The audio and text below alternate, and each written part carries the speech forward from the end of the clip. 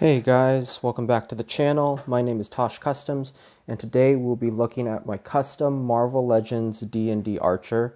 And off the top, I just want to say I'm super happy and I'm honestly pretty proud of how he turned out. I don't really make customs in the sort of fantasy, almost like Mythic Legions type realm a lot. And so it was really fun to get into this, work with more of a medieval style armor, and figure out the functionality and the logic behind his design, and also bring some character background into that as well. So as always, we're going to take a look at the accessories first, and I'm pretty proud that there are a lot of them. I feel like Marvel Legends tend to be a little bit lacking, but I think we really filled this guy out well and made him feel like a very complete character. So I'm going to take this guy, put him off to the side, and now we're going to look at the accessories. I actually believe he has a name, but I'll be honest, it's completely passing me up. This is the customer's custom character and or father of his character. I'll be honest, once again, I don't delve into the fantasy realm too much, so a lot of the terms and a lot of the background story is still a little foggy for me. But hopefully if I get to do more of these in the future, I'll have a little bit more background and I'll actually sound a little bit more like I know what I'm doing. But design aspect wise, I do know what I'm doing, and I'm really excited to break this down for you. So we're going to start with the hands first. We used Shang-Chi as a base for our hands. So, we have these open palm, sort of grasping, grabbing, maybe even clawed hands here. And you'll notice that the right and left are painted differently. And the reason they're painted differently is this guy is an archer. And so he needs an arrow finger grip guard. And so we painted that all the way around here, so you can see that it covers his first two fingers, which is what he'd be grabbing the arrow with. And then this half glove wraps around his thumb and then fills out the inside of the hand. And I'm really glad that I was able to get that, amount of paint coverage and make it look really symmetrical and clean. It was a little bit of a daunting task because I never really paint hands with extra stuff. It's always sculpted. But in this case, it had to be super thin and feel super lightweight. So I went with just freehand painting it, and it turned out well. So then the next hand we have this is definitely more of like a karate punching hand. However, I was like, we might as well keep all the hands, right? Because also, if I don't include these hands, what am I going to do with them? I have one pair of karate chopping hands. So I was like, we're going to keep all the figure hands together. I'm sure he can use this for something. Maybe he can hold the arrow in between these two fingers instead. Who knows? But we have these hands. And then finally, we come to our grasping hands. Obviously, it's the very same paint style, except because this is a grasping hand, I didn't paint the inside. I stop it at the edge. And the reason for that is if he's grabbing stuff and I'm painting the inside of it, there's going to be a lot of paint rub, meaning either this is going to look all nasty inside, or some of his blades or other weapons are going to start getting all this black paint on them. So I opted out from painting the inside. We still have the topical outside, and honestly, if something's in his hand, you're never going to see it. And so that was just a choice I had to make in order to pretty much just preserve the quality of both the hand and some of his other items. So I'm going to pick up the hands and just set those aside here for now. Also, I'm using a different lighting arrangement, so hopefully this works. Normally, I just have my light from above shining down, but I also have a window open to try to let in some more sunlight. So hopefully that doesn't yellow up the video quality too much, but I just want to test it out and see if it adds some extra light and sort of brightens up the video. Anyways, moving on, we're going to take a look at his shield. Now, he is an archer, so a shield wasn't necessary, but I had this Lord of the Rings shield, and I was just like, I want to put it in, because he's carrying swords. And if he's carrying swords, that means he is to a degree a swordsman, especially since he does have a bigger, more full-size sword. So I was like, if he's a swordsman, he should also have a shield. And so I painted this up. The design doesn't have very much of a tie to the character in terms of the character's background. He was an archer and a knight, to my understanding, and he died and was brought back to life, and now he carries magical properties. That has really nothing to do with the shield design, but I thought it was a pretty cool shield design. And I went with this glowing eyes motif, and we also go with a glowing sword and a glowing arrow motif, and we'll look into those in a second. And so with that, I was just like, sort of the eye, sort of the unnatural glow, something a little bit otherworldly in there. And so I added this shield in, and I'm really happy with sort of like the tear texture. And this isn't the first time I've done gloss with tears, but I really liked the angle that I was able to paint them at, as they look like they're actually sort of coming up and out of the eyelid, and then floating up and or dripping down. And I thought that was just a really cool visual effect, that you can sort of feel the direction of the tears, and it actually feels like liquid. It's not just straight lines up, but they're actually bending around a surface to come up. And so there's also a lot of nice weathering in there, and let's see if I can get the camera to focus on it. I don't know if it will, but we're gonna. So we have some chipping, we have some dirt, we have some really sort of like rusted out old silver in there. Even when I was painting the eye and painting the gold, I wanted it to have that fade both in the eye and also sort of like around the edges too, and even around the edges of these sort of like sun dots. It's not clean paint, and I imagine people in medieval times also probably didn't have the cleanest paint. I mean, they were just hand painting it. There wasn't paint printers or anything like that. Anyways, now sort of coming to the meat of the character, which is his weapons. Obviously, he's an archer, so we have his bow here. It's a very classic, very classic, very sort of standard bow type. I really like it because this one actually came with a fabric string. I've noticed that a lot of bows recently either don't have any sort of string, it's just this frame, or it's plastic. And I don't like either of those. Plastic doesn't have the pull. That's really nice. And so, obviously, and having no string just makes no sense. So I was really happy to find this one. If I were to source it, I believe it was from a not Marvel Legends, sorry. Toy Biz Lord of the Rings. Those are not the same at all. I don't know how I messed that up, but I believe it's a Toy Biz Lord of the Rings figure. I bought a lot of Lord of the Rings stuff a long time ago, which like includes this shield, and includes this sword in its sheath and a couple other things on the figure itself, because I had some Game of Thrones commissions a long time ago. You guys might remember my Jon Snow face paint. But that customer fell out. He fell through. He stopped responding to me. He didn't send a complete payment. So with all that, I just had a bunch of Lord of the Rings parts, and they've just kind of been sitting around for ages. So I'm really glad I was able to incorporate a lot of them to bring this medieval fantasy style to life. So that's where we have the bow from. That's where we have the shield from. We talked about swords, so now we're going to get to this bow and arrow combo here. And both the quiver and the sheath have been repainted. And the quiver is from an Articulated Icons Ninja, and we've modified it to have magnets in the back, and we'll see how that works in a second. The arrow, obviously, is also from Articulated Icons because of that. And we've created this elastic strap piece that connects the sword to the quiver so that he can hold both. Now, this sword and the sheath are from a Lord of the Rings figure here.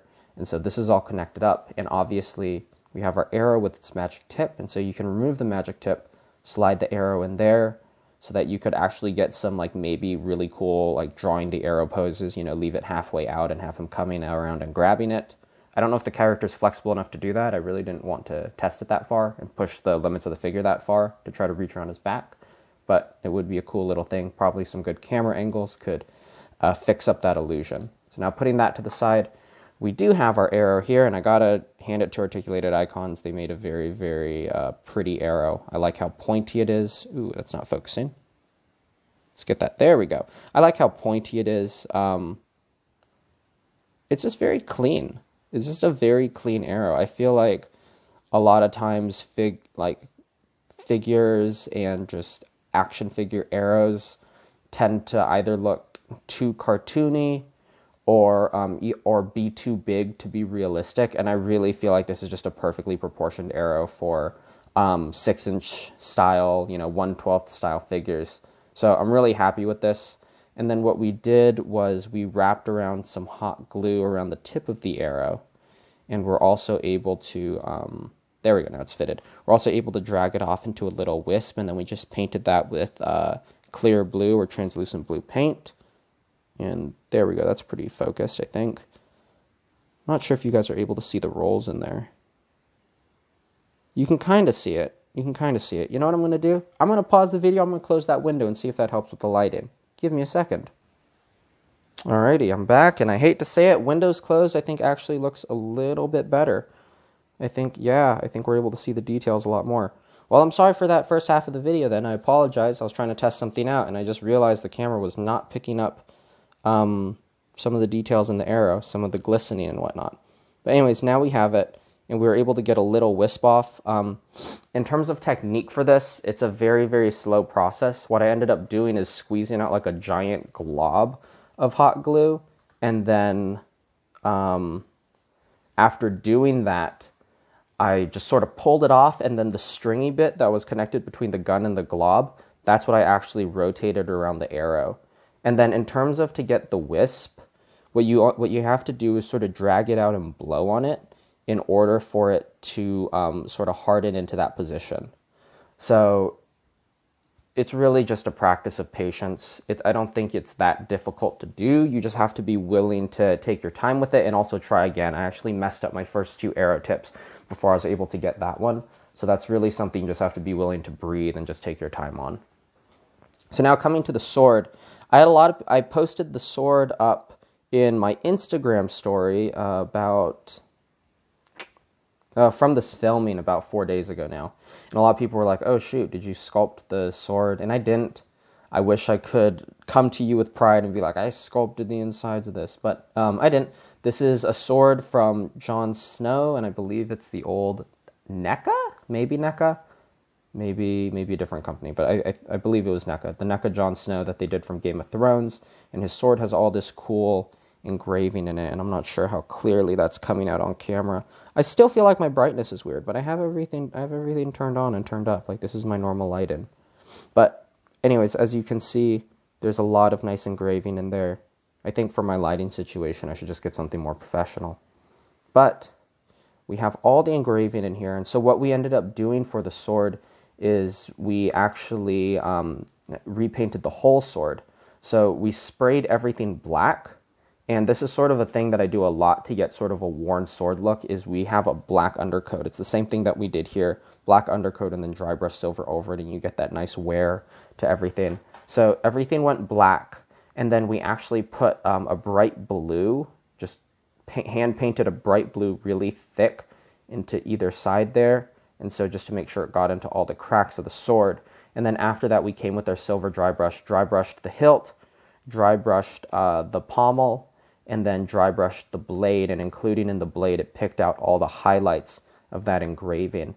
And so we get this really cool glowing sword look with almost like as if it has runes in it, which I really, really like. And obviously it's just a fancy design, but that contrast turns out super well and gives this really, really cool,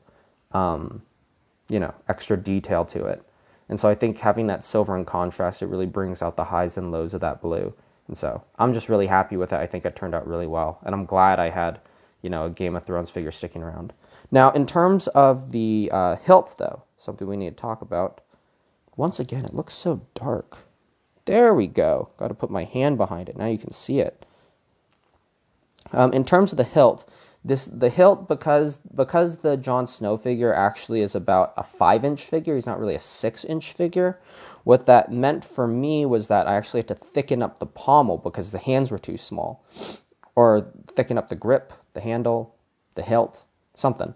Had to thicken it up. So I actually did sculpt an entirely new pattern. And see if I can get my camera to focus. Give me a second. Let's work on this. Autofocus isn't doing it, so maybe if we tap it. Nope, that still doesn't help. Give me a second here. Hey, there we go. So we actually sculpted in a whole new design in there, and so we have this really cool sort of like crisscross leather pattern in there. And something I've done both for the leather here and then for the leather and all the other armor that we'll see is the first coat is black, And then we have a really deep leather brown, and I actually used leather paint for it because leather paint tends to have a certain sheen to it and a certain smoothness that you don't really get with acrylics. And granted, leather paint is still an acrylic base, but sort of the smoothness and the texture it has when drying is very, very different. So I did a brown leather paint base, and then I actually took normal acrylic brown, which tends to be a lighter, which mine is a lighter shade, at least it's Vallejo leather brown, and I dry brushed that over it to get some highlights. And so we get some really nice depth in there, and I hope the camera's picking it up so you can appreciate the browns. And if not, I apologize. Hopefully it'll show up more in the armor. Anyways, now for our very last accessory, we have a little mouth covering, because he's like an archer assassin type guy.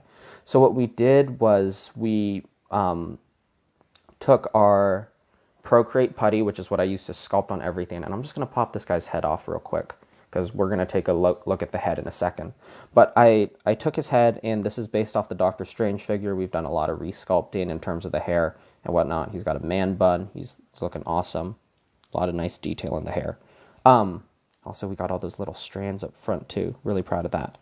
But took the Procreate putty, smushed it over his face, and then carved out the edge with an X-Acto knife so that we got the edge of the mask done. And then what I do to get sort of that raggedy look off the chin is I sort of like grab and pull it down and then pinch it off. And that's what helps give you that much more tattered look along that edge there. As you guys can see, I'll put my finger behind it. There we go. That's what helps you get that tattered edge on the mask. Now the cool part is because it's molded to his face, when he's just sitting, it just sits. And it holds well too. You really have to actually remove it to get it to come off. And the nice part is that it's preserved the paint really nicely because you're not really using any high tension. It just sits on there because it's molded to the mouth and the nose, and so there's plenty of points for it to grip onto. And so, you know, you're just using basic friction. You're not doing anything with a lot of force. And so it just holds really nicely onto the face. Now that we're here, we're actually going to talk about the head. I was talking about a glowing eye sort of theme and just glowing in general because of magic, and that's what we did here. So as an archer and as an assassin, I figured it would be good to paint around his eyes black, sort of that grease paint type look. And so what I actually ended up doing is using gloss black around the main part, so like in the deep center areas, a gloss black. And then I thinned out gloss black and black gray, and that's how I got that nice fade around the edges. It's actually a lighter color, and it's a much thinner color, so it comes out a lot closer to water than it does to actual black. And then, but I have to note, all that was done after we painted the skin tone. We painted the skin tone, got that all nice and cleaned up, and then we painted the black. And then what I actually did was I've made a final lighter coat of skin tone, and then actually dry brushed it over his face after that. And that's what gives us that nice fade. It's already a lighter tone, so we're not getting high contrast. And then it has a light brushing of a lighter skin tone, which just helps the faded look that we're already giving it. In terms of skin tone, it's basic general skin tone paint. I started with a red base and then did a deep flesh tone and then a light flesh tone. There's nothing really crazy or new there. There's plenty of people who paint heads. My technique for painting is just something I've learned and picked up myself over the years. But there's plenty of people that I can think of on Instagram. I think his name it's JC Customs, I believe. JC something. Look him up on Instagram. He paints incredible heads. Flashpoint, he paints pretty good heads too. There's plenty of face painters out there that you can learn techniques from just even looking at their work. Unfortunately, I've been there before a lot of them came around, so I had to I did a lot of self-teaching. I wish I had more people I knew about who painted heads when I was still coming up. But this is just sort of my technique. I start with the deep reds, and then I just sort of lighten the tones and just move up. And by what I mean by moving up is that for every skin tone we have, the lighter it is, sort of the more highlights dry brushing I want to get. So for like the first base tone, his whole face goes red. And then for the deeper tones, I'm dry brushing it. And then for the even lighter tones, I'm just sort of hitting the eyebrows. I'm just hitting the cheekbones and sort of just hitting the nose and parts of the chin and also the ears, so that we get some nice, depth, and it really brings out the shape of his face. So that's how I paint. I added a little bit of pink under the eye there. It just sort of increases that very unnatural look. And then obviously we have a sort of like deeper pinkish tone for his lips. And then what I always like to do, and I'm sure I've talked about it before, but in terms of eyes and lips, I always go over it with a gloss varnish. And I'm not sure how clearly that's coming out on camera. I think the lips are pretty clear. You can see the gloss on the lips versus the skin tone. And the reason I do that is it brings a little bit of moisture and a little bit of realness. If everything looks dry and matte, it doesn't look realistic. And it also helps define the areas that are the eyes and the areas that are the lips, because especially for lighter skin tones, your lips don't generally have too high of a contrast from the actual skin tone. Generally, your lips are slightly lighter than your base tone of your skin. So like whatever deep red I did for the skin, usually your lips are just a couple shades lighter than that. And so because of that, by the time you hit your highlights of your skin tone, like, you know, the very like lightest shades of my skin tone, you're going to get a pretty close match around that area. You know, unless you're wearing like lipstick or something, you're not really going to get a very definitive, oh, those are the lips, oh, that's the lightness of the skin tone, especially a lot of times on camera where you have high exposure lighting so that you're picking up all your other deeper colors as well. So with all those things in consideration, I like putting some gloss on there, and that just helps denote and differentiate a little bit more along with the help of the paint job. So those are just fun little things to do just to sort of bring out your paint a little more. Now, in terms of the hair sculpt, I kept the back and sides of the hair the same because the Doctor Strange head sculpt was fine. It has wonderful texture already, so I didn't have to worry about that. But the Archer design from the art I was sent, he has a very slicked back hair look, and so I shaved off all the top of his hair, slicked it all back, and then also sculpted the man bun. When I did my Wandering Samurai, if you guys have seen that review, I actually did it all in one fell swoop. What I mean by that is I slicked back the hair and then pulled some of it back and just folded over itself. I adopted a new technique for this hair, and the reason I did was, first of all, this head's a little bit smaller, so it's a little bit hard to do that technique. And also, I think I was able to get a lot more detail out of the, you know, the ribbon that's sort of wrapping around his hair. So what I actually did was when I pulled it back, I just turned it to a nub, and then I came back a second time, sculpted in that little binding, and then also just did some just some topical sculpt and just sculpted over that nub that I had left for myself, and that's how I got the hair detail in there. And so that just allowed me to keep a little bit more consistency in sculpt and allowed me to worry less about, you know, muddling the hair sculpt here because I was pulling it back. So by doing it in two separate portions, it just sort of like eased my mind a little bit. So the hair, as well as the, you know, little front bits that I sculpted, they're painted in gloss black first, and then painted over that with leather brown. And that turned out to be a really nice sort of brownish gray hair, which I really dig. And I know it's coming out a little bit more gray on camera, but in person it's a lot more brown. So that's just sort of unfortunate with the lighting. There we go. That really cleared up. You can kind of see, hopefully you can see the brown. Hopefully it's coming through. But it is much more brown. So I'm really happy with that. And I've talked about gloss as an undertone for hair, but gloss as an undertone for hair just gives a much more of a wet feeling. Obviously, it's gloss, but by doing that, it really works with slicked back hairstyles.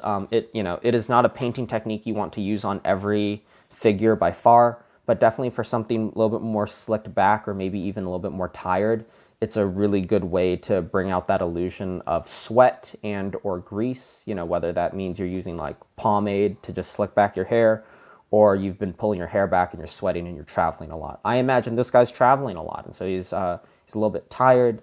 He's a little bit, you know, sweaty and damp. Maybe his environment's just damp. I mean, it's fantasy, right? There's a lot of forests, a lot of moist environments, so any number of those things create that. And I will say that if you're going to be doing hair up front, sort of like extra loose strands come when you've been in a lot of battle, or if you've been, you know, doing a lot of work, your hair just starts to lose its shape because of your sweat. And so having loose hair along with the gloss is a good pairing because it makes sense. When you're painting and when you're designing a figure, it's really interesting how your visuals sort of just trigger with our, you know, sort of like subconscious brain. Like, it's not something you're going to think about, but when you see it And, you know, you look at the loose hair and you look at the gloss, you go, that makes sense. So there's just a lot of sort of design cues that are sort of subtle that really, really work. So anyways, now coming to his body, the construction of this guy is really interesting. So the main base body is Shang-Chi. The arms are from Doctor Strange. These legs down here are from Shang-Chi, and then these lower legs, so just sort of from the knee down, is also Doctor Strange. So we've combined some parts here, and then obviously there's a ton of sculpting. We sculpted seamless joints, as you can see there. You can also see it in the arms a little bit, but it's a little bit less to be appreciated because obviously I have a lot of armor. Ooh, camera shake, whoops. I have a lot of armor over everything, so it's a little bit less noticeable, but you can definitely see it in the legs. Very, very seamless sculpt. In terms of how to make seamless sculpt, first of all, I have to say it's a lot easier on textured pants because things with wrinkles make it a lot easier to sort of hide the levels of your sculpt, which is really nice. So that's just sort of a little cheat. A good paint job to highlight and low light the wrinkles also really helps. But at the end of the day, what you really have to do is you want to follow the creases of your existing pants and sculpt in the same line as those. Don't try to sculpt original wrinkles, but follow what's already there and make it look really, really smooth. And that's how you'll get that really, really nice, you know, flawless sort of look. I think I've really mastered it with wrinkled pants, and that's not me patting myself on the back. I spent a lot of time working on seamless sculpt, and I think it's finally kind of paid off. So that's pretty cool. So anyways, we have that seamless joints, and I think that's just, for anyone out there who's like, should I sculpt seamless joints? If you can figure out how to do it well and you can really smooth your sculpt out, I say absolutely 100% of the time do it, because it just adds a very premium nature feeling to your figure. I hate looking at peg holes. I think peg holes are just an eyesore. And so being able to smooth it out adds just another layer of realism to the character, obviously, if that's what you're going for. But I think it's worth the labor. And yeah, I think it just sort of tops everything off and makes it feel a little bit more premium.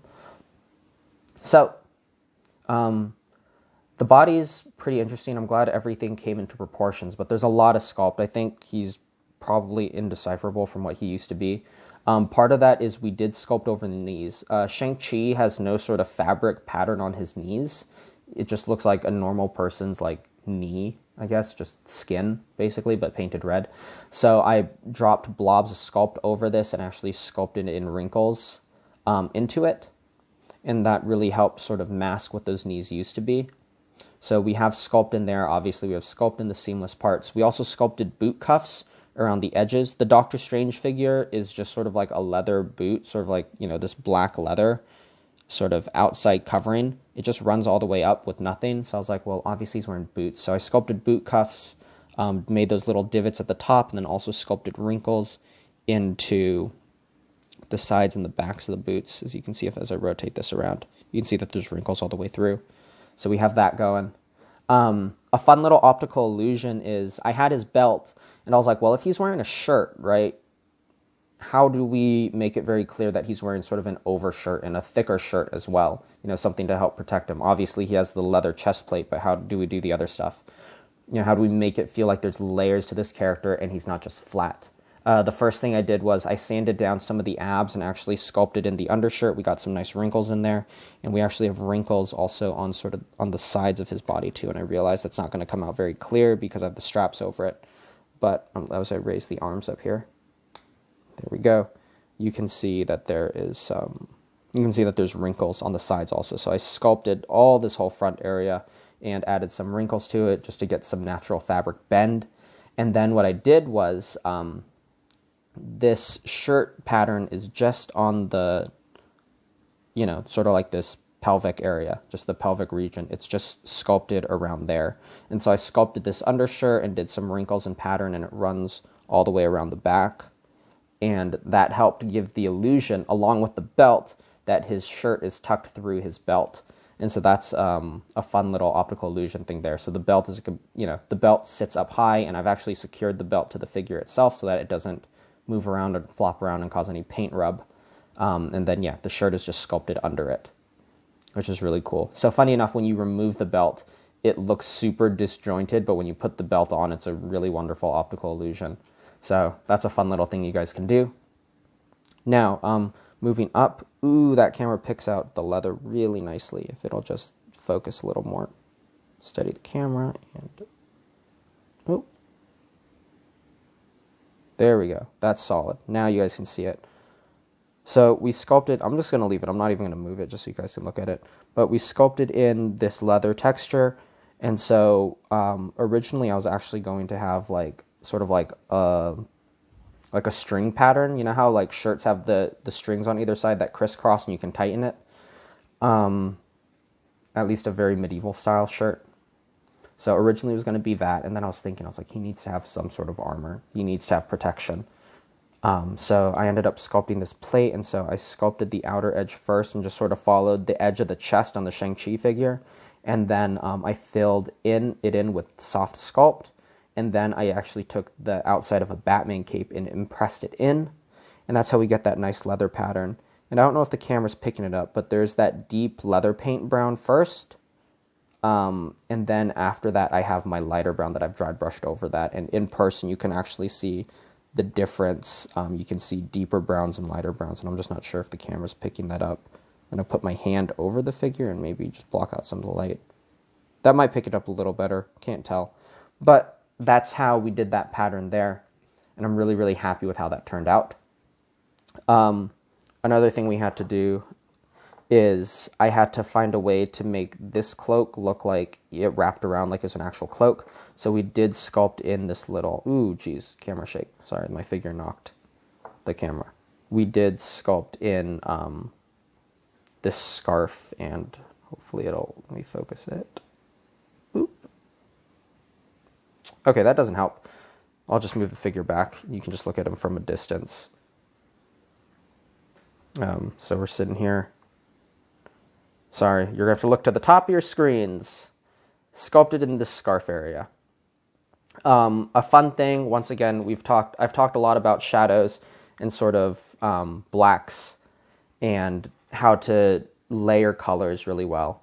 And one of those is using gloss black for deeper shadows. If you noticed it, we did it in the lower shirt portion. We've also now done it up here. We put gloss black inside the cracks, and then dry brushed black gray over that. And while we're speaking of tones, we also did it in the legs too. You can see it. I'm going to turn autofocus on. There we go. You can see it in there. We have black inside the deep creases of the pants, and then we have lighter grays above it, and that just helps add some very, very dramatic shadow to everything. Cool. So now we've talked about that. We've really talked about most of what I sculpted. The last thing we're going to be talking about is the armor. This is from, obviously, a Lord of the Rings figure as well, as we mentioned earlier. But a fun little thing I was able to do is do some gold inlay into both of the arm guards. And so what I ended up doing was I actually all the armor black first. Then I painted the silver. And then what I realized was I was like, oh, I have all this pattern in here that's not getting highlighted. So then I put gold, I painted gold into it and then dry brushed over again with black gray because like the birds sort of got muddled out with gold. So I had to do some dry brushing and some precise painting just to clean that up. So as you can see, we have it on either side. You have that nice gold coming through with the stars above and also the birds. And obviously the silver is done with a chrome paint. Also, we painted the buckles, and we have a nice layering. The Doctor Strange figure has sort of like this dual layered boot. So he's got this outer layer of leather, and then he's got the boot under it. And so we have the straps painted all the way around, as you can see. And so painted the buckles and also painted this a gloss black and then dry brushed with a black and gray over that, just so that it gives some wear to it. So all the leather, including the boots, the chest plate, everything is done with that darker leather brown and then with a lighter leather brown over it to give it some wear and tear to it. So that is an overview of the figure. As I close out the video, I'm going to gear him up. I'm going to put his mask on here. Oh my gosh, the last thing we forgot to talk about. The magnets for the quiver. Thank goodness I didn't miss that. We have magnets on the quiver, and we have magnets that sit under the cloak on the straps that run around the figure here. So what that allows us to do is Gotta find them. There we go.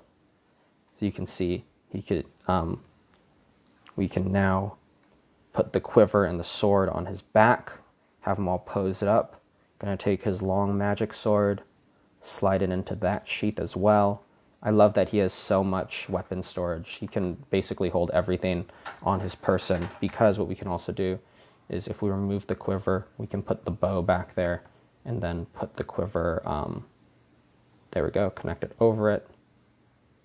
So there, now we can also pose the, oops, hold on.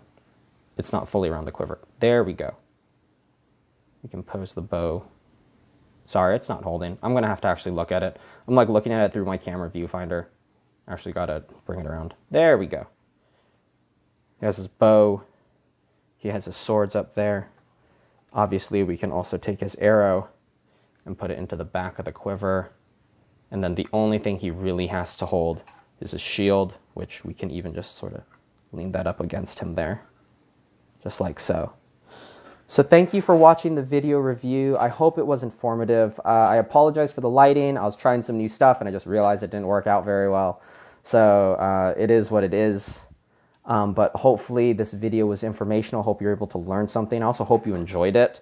I really, really dig this character. I've been working with a lot of Mezcos recently, as you can probably tell with my video reviews and even what's been posting on my Instagram page. And so it's really fun to come back to a Marvel Legends style figure, because it's been a little bit of time since I've touched them, and do something super, super unique. I've never done anything really within this fantasy realm, and so it was really fun to delve into it and experiment. I got to experiment with a lot of new designs and a lot of new textures that I normally don't get to play around with. And so yeah, it was just exciting. I enjoyed doing this, and I think I'll probably dive into more fantasy figures in the future after experiencing such a cool figure build with this character. So once again, I hope you enjoyed the video review. Obviously, if you found this video helpful or educational or insightful in any way, please subscribe to the channel. Obviously, you don't have to, but I really appreciate it.